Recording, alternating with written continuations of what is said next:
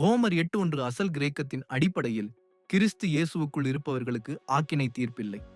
இது வேதாகமத்தில் மிகவும் சுதந்திரத்தையும் மிகுந்த கிருபையையும் கொடுக்கும் வசனம்.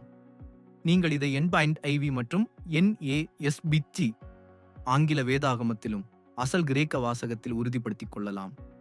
ஆனால் சில மொழிபெயர்ப்புகள் இதனை மாம்சத்தின்படி நடவாமல் ஆவியின்படி நடக்கிறவர்களுக்கு என்று ஒரு நிபந்தனை போல சேர்த்துவிட்டன. காரணம், கிருபையின் நற்செய்தி இத்தனை எளிதாகவும் நிபந்தனை இல்லாமலும் இருக்கிறது என்பதை சிலர் ஏற்றுக்கொள்ள முடியவில்லை. இயேசுவை ஏற்றுக்கொண்டாலே போதுமா?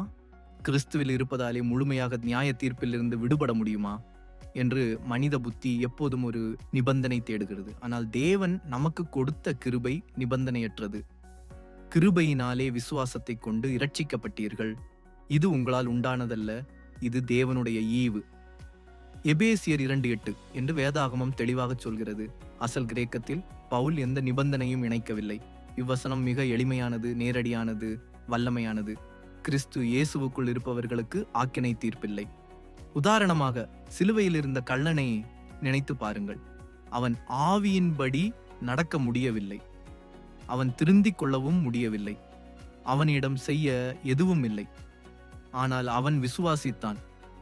அவன் இயேசுவை நோக்கி, ஆண்டவரே, நீர் உம்முடைய ராஜ்யத்தில் வரும்பொழுது அடியேனை நினைத்தருளும் என்றான். இயேசு அவனை நோக்கி, இன்றைக்கு நீ என்னுடனே கூட பரதீசில் இருப்பாய் என்று மெய்யாகவே உனக்கு சொல்லுகிறேன் என்றார். லூக்கா 23:42 முதல் 43 வரை. அதுவே கிருபை. நாம் செய்வதினால் அல்ல, நாம் நடந்ததினால் அல்ல, நாம் கிறிஸ்துவில் இருப்பதாலே நமக்கு ஆக்கினை தீர்ப்பில்லை. இன்னைக்கு நீங்கள் எந்த குற்ற உணர்வோ, எந்த தீர்ப்போ, எந்த தண்டனையின் பயமோ சுமந்திருந்தாலுமே அதை இயேசுவின் காலடியில் விடுங்கள். அவர் சிலுவையில் செய்த முடித்த பரிபூர்ண காரியத்தின் மீது பார்வையை நிலைநிறுத்துங்கள். நீங்கள் கிறிஸ்துவில் இருக்கிறீர்கள். எனவே உங்கள் மேல் எவ்வித ஆக்கினை தீர்ப்பும் இல்லை. இது உங்களுக்கான தேவனின் மறைக்க முடியாத உண்மை. ஆமேன்.